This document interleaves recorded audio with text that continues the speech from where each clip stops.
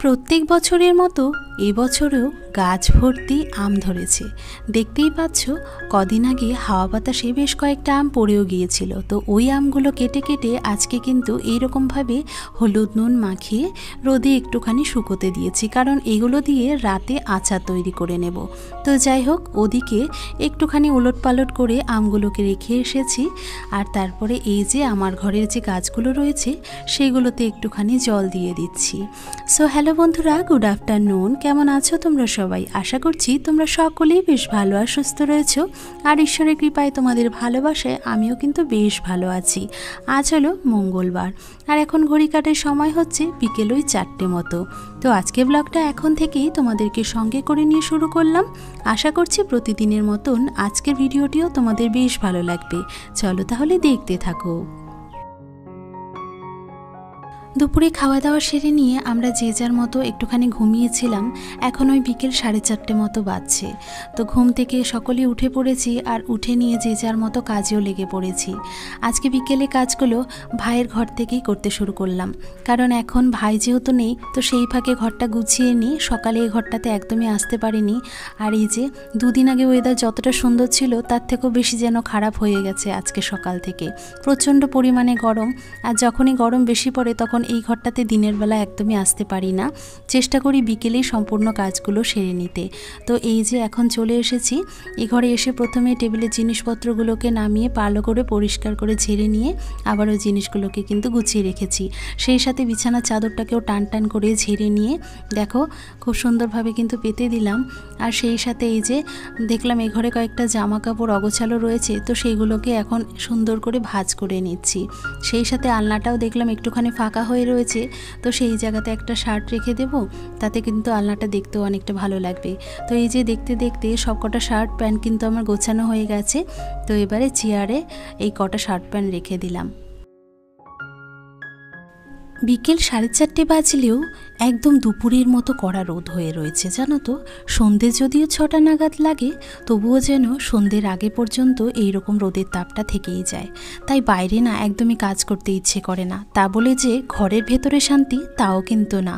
বিছানা থেকে শুরু করে মেঝে পর্যন্ত প্রচণ্ড হিট হয়ে থাকে, যেই জন্য ঘরেও কিন্তু কাজ করতে অসুবিধা হয়। তবে আমাদের সংসারের এই কাজগুলো তো প্রত্যেক দিনই করে যেতেই হবে, তা সে যতই গরম লাগুক আর যতই ঠান্ডা। আর এই তো বন্ধুরা, দেখতে দেখতে ঘরটা পুরোপুরি গুছিয়ে নিয়েছি। আর সেই সাথে ঘরটার প্রত্যেকটা কর্নার থেকে ধুলো ময়লা বের করে ভালো করে ঝেড়ে নিলাম। আর সেই সাথে সামনে যে বারান্দাটা রয়েছে, বারান্দাতেও কিন্তু বেশ ধুলো ময়লা পড়েছিল। তো জলের ড্রামগুলো সরিয়ে সেই সাথে এই যে গামলাটাও কিন্তু উপর করা ছিল, সমস্তটাই সরিয়ে সরিয়ে খুব ভালো করে কিন্তু এখন আমি ঝেড়ে নিচ্ছি। কাল রাতে এডিটিংয়ের কাজটা না একদমই কমপ্লিট করে উঠতে পারিনি, যে কারণে ভয়েস ওভারটা আমাকে আজকে সকালে দিতে হচ্ছে। আর চারপাশ থেকে তোমরা হয়তো অনেক ধরনেরই নয়েজ শুনতে পাচ্ছ, তো প্লিজ বন্ধুরা তোমরা ওই বিষয়টাকে একটুখানি ইগনোর করে যেও। আর এই তো দেখো, পুরো ঘরটা গুছিয়ে নেওয়ার পরে এখন ঠিক কেমন লাগছে সেটাই তোমাদের সাথে পুরোটা একবার শেয়ার করে নিলাম। আমার কিন্তু ঘরটা ভীষণই প্রিয়, আর তোমাদের কতটা ভালো লাগে সেটা কিন্তু তোমরা অবশ্যই আমাকে কমেন্ট বক্সে জানিও। তো ওদিকে ঘরটা গুছিয়ে নিয়ে আমি চলে এসেছি গরুর ভাত করে নিতে। তো গরুর ভাত এখানে বসে বসে না করলেও চলে, কারণ ঘুঁটো দিয়ে দিলেই আমি কিন্তু অন্য কাজগুলো সেই সাথে সেরে নিতে পারি। তো উনুনে কটা ঘুঁটো দিয়ে আমি কিন্তু বাকি কাজগুলো এখন একটা একটা করে সেরে নেব। আর এই যে এখানে সুপুরিগুলো দেখতে পাচ্ছ, এই সুপুরিগুলো কিন্তু আমাদের বাড়ির গাছের। বাড়িতে একটা সুপুরি গাছ রয়েছে, তো সেখান থেকেই বাবা কটা সুপুরি পেরেছিল, সেগুলোকেই ছুলে ছুলে এইভাবে কিন্তু রোদে দেওয়া হয়েছে। কারণ ওই যে মা ভীষণই পরিমাণে পান খায়, যে কারণে সুপুরিগুলো এরকমভাবেই কিন্তু রোদে দেওয়া আছে। পরে শুকিয়ে গেলে এগুলোকে মাপ মতন কেটে নেওয়া হবে। তো যাই হোক, ওদিকে আমি কিন্তু জামা কাপড়গুলো সমস্তটাই তুলে ঘরে এনে রেখে দিলাম। আর সেই সাথে আমার ঘরে চলে এসেছি। এখন ঘরে বিছানাটাকে একটুখানি ঠিকঠাক করে নেব। এটা আমার প্রতিদিনেরই কাজ, তাই তোমরা হয়তো রেগুলারই ভিডিওতে এই জিনিসগুলো দেখতে পাও। তো দেখতেই পাচ্ছ বিছানার ওপরে কত রকমের সরঞ্জাম রাখা রয়েছে, এগুলোকে ঝটপট করে সরিয়ে রাখি। আর সেই সাথে বিছানাটাকে এখন ভালো করে টান টান করে ঝেড়ে নিতে হবে। আমি কিন্তু প্রত্যেক দিন আমার সংসারের কাজগুলো আমার সুবিধে মতোই করার চেষ্টা করি। একটুখানি বুঝে শুনে কাজগুলো করলেই দেখবে অনেকটা কিন্তু সহজ হয়ে যায়, আর সেই সাথে সময়ের আগে কাজগুলো কমপ্লিট করে নেওয়া যায়। আমি কিন্তু এক এক দিন এক এক রকমভাবেই কাজগুলো করে থাকি। প্রত্যেক দিন যে একই রকম সময় ধরে কাজগুলো করা হয় তা কিন্তু একদমই না। আজ যেমন প্রত্যেকটা ঘরের কাজ কমপ্লিট করে তারপরেই ভাবছি বাইরের কাজগুলো সেরে নেব।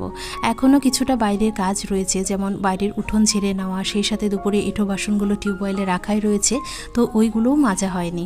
তো প্রথমে ভাবলাম গরুর ভাতটা বসিয়ে দিয়ে আমি ঘরের কাজগুলো টুকটুক করে সেরে নিই, এতে করে আমার দুদিকের কাজটাই ব্যালেন্স থাকবে। তো এই যে দেখো, দেখতে দেখতে এই ঘরটা কিন্তু পুরোটাই আমার গোছানো হয়ে গেছে, সেই সাথে ঘরটাকে ঝেড়ে নিয়েছি। তো চলো এইবারে এই ঘরে যে বিছানাটা রয়েছে দেখতেই পাচ্ছ কীরকমভাবে জিনিসগুলো এদিক ওদিকে ছড়িয়ে ছিটিয়ে রয়েছে। তো এইগুলোকে এখন কিন্তু ঠিকঠাক মতন করে গুছিয়ে নিতে হবে।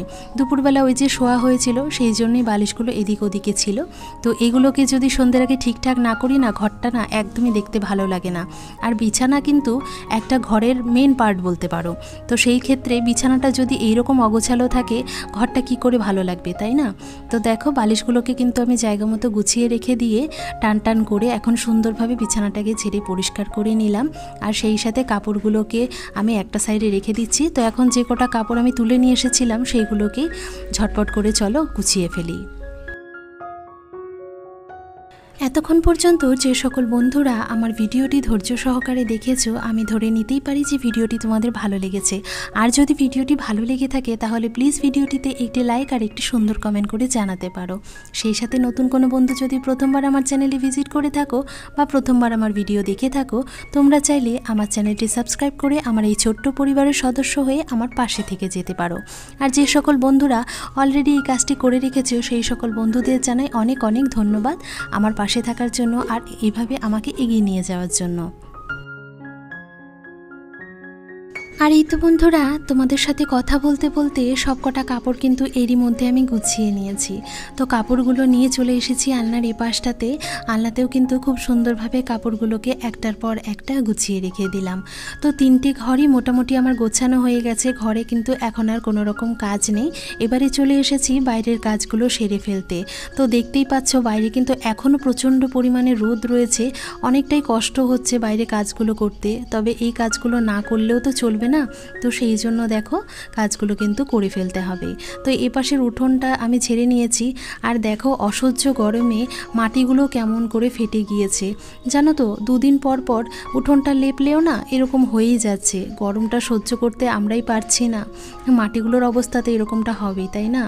তো এই যে দেখো আমি কিন্তু ওপাশটা ঝেড়ে নিয়েছি, আর এখন এই যে মন্দিরের এপাশটাও ঝাড়তে চলে এসেছি। এই পাশটা ঝাড়ার সাথে সাথে আমি কিন্তু সামনের যে রাস্তাটা রয়েছে সেটাও পুরোটা ঝেড়ে নেওয়ার চেষ্টা করি। বাড়ির সামনেটা যদি নোংরা থাকে ঘরটা যতটাই পরিষ্কার রাখো না কেন কোনোই কিন্তু লাভ নেই। তো যাই হোক, পুরো উঠোনটা ঝেড়ে নিয়ে এখন চলে এসেছি টিউবওয়েলে কিছুটা সময় বাসনগুলোকে আমি জলে ভিজিয়ে রেখে দিয়েছিলাম, এতে করে কিন্তু এঁঠোটা খুব ভালো তাড়াতাড়ি পরিষ্কার হয়ে যায়। তো দেখতেই পাচ্ছ খুব একটা বাসন ছিল না, ওই দুপুরের বাসনগুলোই ছিল। রান্নাবান্নার যা বাসন হয় সেটা কিন্তু আগেই মেজে নেওয়া হয়েছিল। তো ওই যে কয়েকটা থালা বাসন ছিল, তো সেইগুলোকে ঝটপট করে এখন মেজে ধুয়ে নিচ্ছি। তো মোটামুটি কিন্তু আমার এখন বাইরের কাজগুলো সবটাই কমপ্লিট হয়ে গেছে। বাসন কটাই মাজা বাকি ছিল, তো সেটাও যখন হয়ে গেল। আর এখন না বাসনটা মাজতে মাজতে দেখলাম খুব সুন্দর হালকা হালকা হাওয়া দিচ্ছে, তো ভালোই লাগছে। বাসনটা মাজতে মাজতে আমি যে কতবার হাত পা মুখ ধুয়েছি তার কোনো গুনতি নেই। তো যাই হোক, ওদিকে বাসনগুলো জল ঝরতে উপর করে দিয়েছি, আর সেই সাথে এখন ঘরে চলে এলাম। ঘরের জানলাটা সেই সাথে বন্ধ করে দিচ্ছি। তো বন্ধুরা আজকের মতো এখানেই বিদায় নিচ্ছি। কাল দেখা হচ্ছে আবারও একটা নতুন ভিডিওর সাথে। টাটা।